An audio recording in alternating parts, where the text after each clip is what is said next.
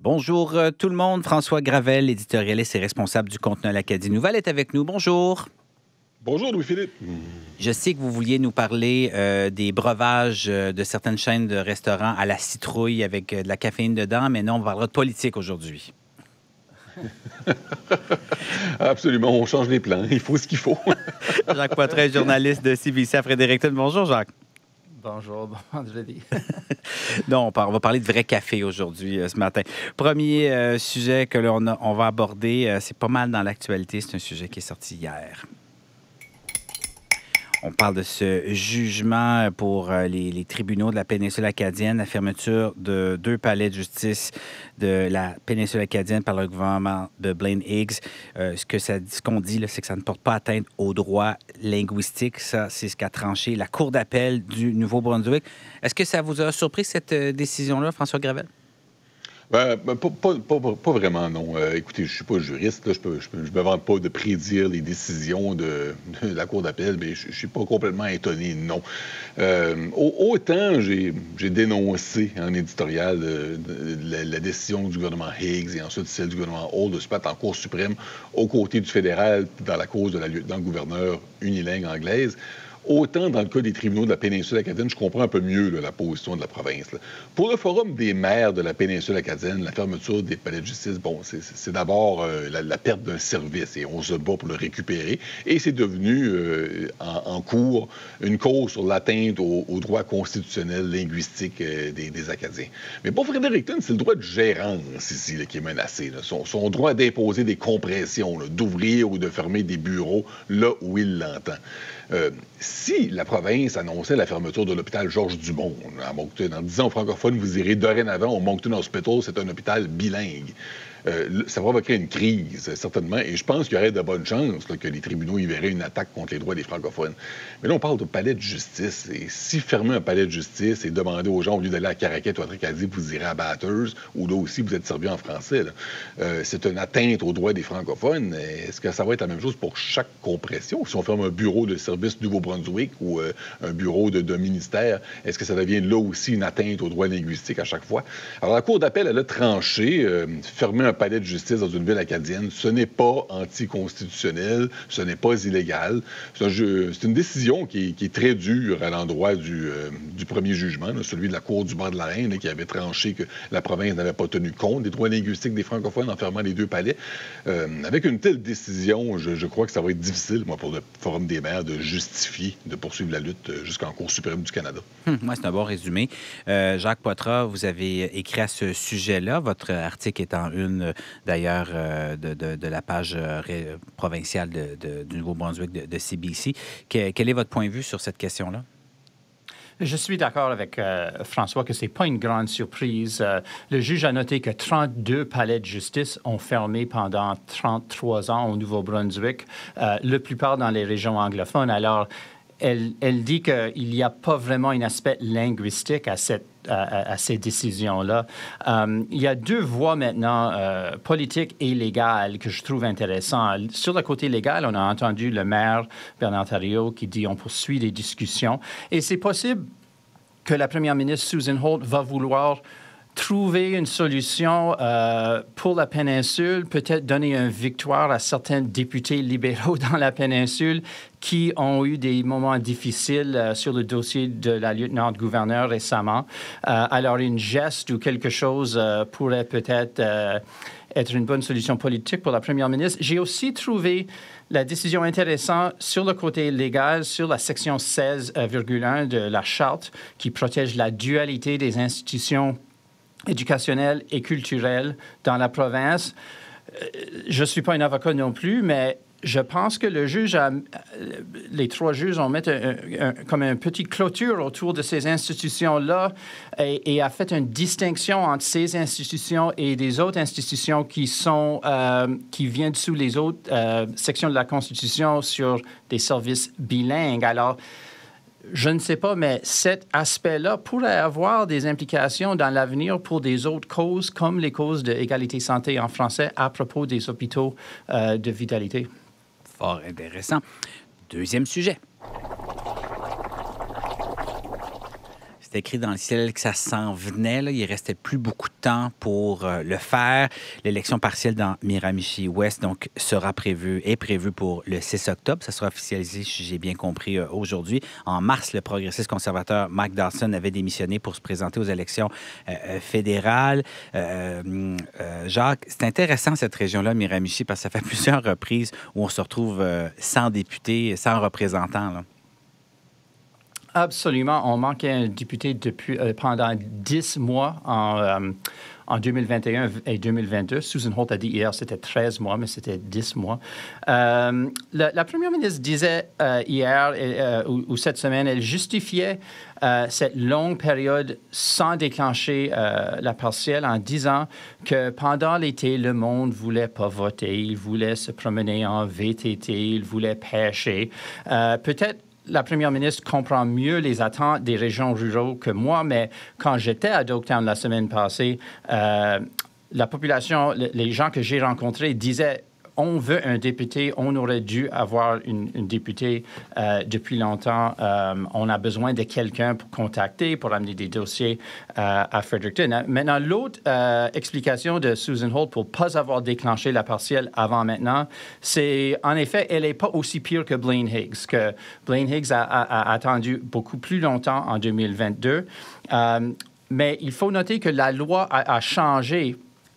Higgs avait le droit d'attendre plus longtemps. Susan Holt n'a pas. Et Susan Holt a attendu jusqu'à presque le maximum période permis par la loi. Alors, c'est un peu le même enjeu pour les deux premiers ministres. Mais voilà, maintenant, la campagne commence officiellement aujourd'hui avec une vote le 6 octobre et le monde de la Haute-Miramichi vont avoir leur député.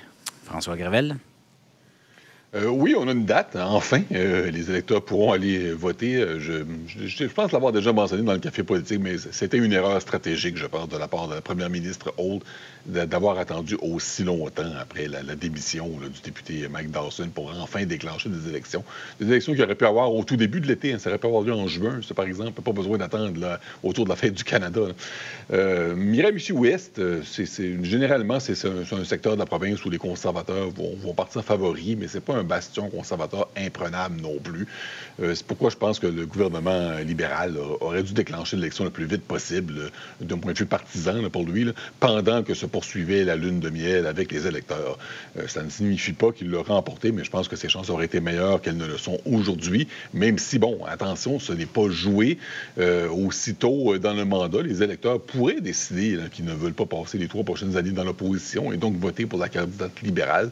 Ça va être un premier test, en tout cas, là, pour le gouvernement Holt. Ça va nous dire un peu si la lune de miel se poursuit ou s'il y a déjà de la grogne au sein de l'électorat, même s'il faut faire attention de ne pas accorder une importance trop grande aux résultats.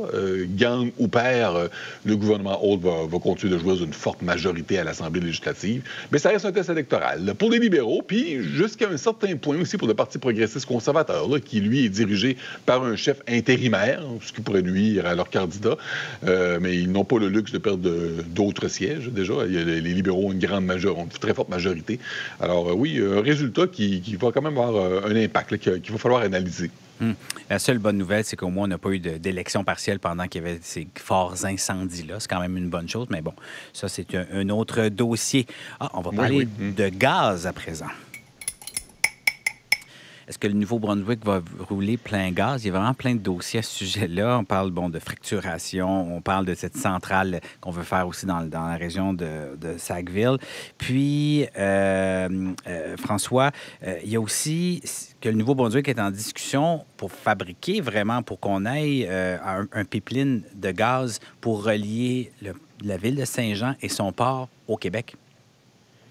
Oui, un autre rêve ici qui est mené par le gouvernement.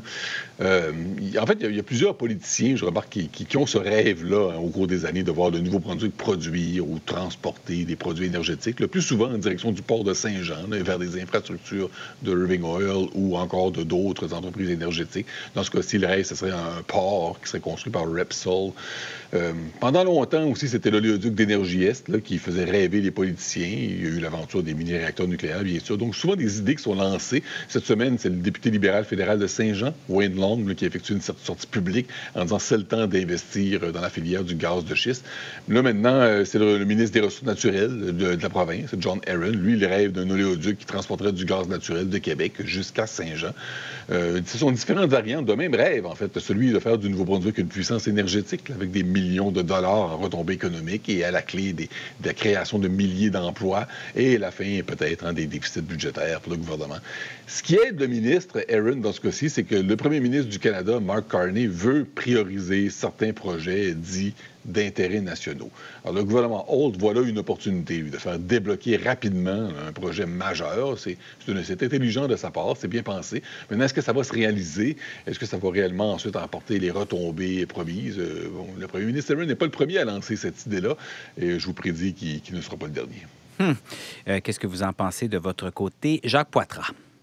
C'est étonnant, cette fièvre pour le gaz naturel chez les libéraux qui quand même continuent d'interdire le développement de la fracturation dans la province, mais ils sont prêts à accueillir ailleurs du gaz naturel par une gazoduc. Les politiciens aiment parler, hein? Ils parlent. Oui. Nous parlons à des compagnies. Nous avons des discussions avec des compagnies. J'ai rien entendu de ces compagnies-là qui sont prêtes à investir. Le ministre Herron dit il y a un désir pour une gazoduc. Oui, absolument. Il y a un désir chez les politiciens. Il y a un désir, on parle de John Herron. On a vu Frank McKenna qui se prononçait en faveur. Peut-être Mark Carney aussi est en faveur. Mais selon le Globe and Mail, ce matin, qui a obtenu une liste potentielle des projets nationaux du gouvernement Carney, cette gazoduc n'est pas sur la liste. Alors, je questionne si même Mark Carney veut prioriser cette idée d'une gazoduc. Mais encore, on peut parler et parler. John Herron peut faire un appel à Calgary pour parler à quelqu'un dans leur siège social sur le 20e étage. Mais ça prend une déclaration d'une compagnie qu'ils sont prêts à investir avant qu'on peut vraiment prendre ça au sérieux. Oui, il n'y a pas beaucoup de compagnies qui souhaitent mettre de l'argent sonnant dans ce genre de projet-là. C'est beaucoup des discussions de politiciens, c'est ce que je comprends. Et là, ça va être le temps de vos cafés. François Gravel, qui vous accorde un café cette semaine? Bien, d'abord, café à l'équipe de Radio-Canada qui était présente à Caraquette. Ben oui, on était chez vous. Et tout à fait, y compris Martine Blanchard, pour ceux qui se demandent pourquoi elle n'est pas avec nous ce matin. Elle participait à ce lancement-là de la nouvelle saison de Radio-Canada. Ça a été suivi de la présentation en primeur du premier épisode de la série Stat. Gros succès. Les 3 salles de cinéma de Caraquette étaient remplies. C'est fou, hein? Qu'est-ce qui se passe pendant ce fameux épisode de Stat? Aucune idée. Tout le monde a dû signer, figurez-vous, une clause de non-divulgation pour ne rien gâcher. Alors, activité spéciale qui est appréciée de plusieurs. C'est une bonne idée. J'ai trouvé ce lancement-là en région, là, plutôt qu'un seul lancement unique à Montréal, par exemple. Et café plus corsé au député libéral Alexandre Cédric Doucette. On sait que la décision de Susan Holt d'intervenir devant la Cour suprême aux côtés du fédéral contre la SNB dans l'affaire de la lieutenant-gouverneur Unilinks, ça n'a pas fait l'affaire de tout le monde au sein du caucus. Certains se sont exprimés de façon privée dans certaines réunions. La pression est grande sur les députés acadiens qui gardent le silence, donc publiquement. Alors, la ministre Isabelle Thériault avait été la première, souvenez-vous, à briser le silence là, pour dire qu'elle a vécu un moment difficile, qu'elle a défendu à l'interne les droits, des intérêts de sa communauté. Alors, cette semaine, c'est la copie d'un courriel qui a été rendu public, là, un courriel du député Alexandre Cédric Doucet au procureur général, qui est le ministre Rob McKee, pour essayer de le convaincre de ne pas s'opposer à la SNB dans ce dossier-là. Le courriel avait été écrit là, avant que le gouvernement prenne la décision. On sait maintenant que les efforts n'ont pas porté fruit. Comme je disais, d'autres députés se sont opposés à l'interne, tout comme l'ont fait Alexandre Cédric Doucette et Isabelle Thériault. Alors, je lance un appel à tous les membres du caucus libéral acadien. Si vous avez des courriels à nous partager, à Jacques et moi, des témoignages, vous allez avoir une oreille très attentive. Voilà, le message est lancé. Ils sont bien accueillis. Il y a du monde de Radio-Canada aussi qui prendrait ces courriels-là aussi. Là. Je vous dis ça comme ça. Jacques partage. Jacques Potin, votre côté? Un café sucré pour l'équipe vidéo de Susan Holt qui a produit cette semaine une vidéo sociale qui montrait une enseignante qui retourne en classe, qui prépare sa salle de classe. Sauf, c'était pas vraiment une enseignante, c'était une adjointe politique de Susan Holt qu'on voit dans la vidéo. Et pour un bonus, on voit cette enseignante, soi-disant, en train de ranger des livres dans une bibliothèque de la classe, peut-être un petit message politique.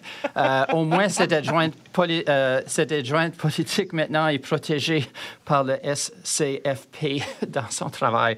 Et aussi, un café sucré pour l'équipe vidéo de l'Association de l'industrie touristique qui ont sorti cette vidéo très bien faite pour promouvoir le Nouveau-Brunswick. Et en anglais, ça glissait un message que ça ne prend pas des énormes budgets pour promouvoir le tourisme au Nouveau-Brunswick. Alors, des messages mais entre pas en les français, lignes... c'est bizarre. Oui, ça c'est bizarre, mais des petits messages un peu politiques dans 2 vidéos dans la même semaine, la question se pose. Donc, oui, on est dans le café sur vidéo. Bien, merci beaucoup, messieurs, d'avoir pris ce temps, notre compagnie, ce matin, pour ce café politique du 5 septembre. Jacques Poitras, vous êtes journaliste de CBC à Fredericton. François Gravel, on peut vous lire dans l'Acadie Nouvelle, où vous êtes éditorialiste et responsable de contenu. Merci beaucoup. Merci, au plaisir. Merci.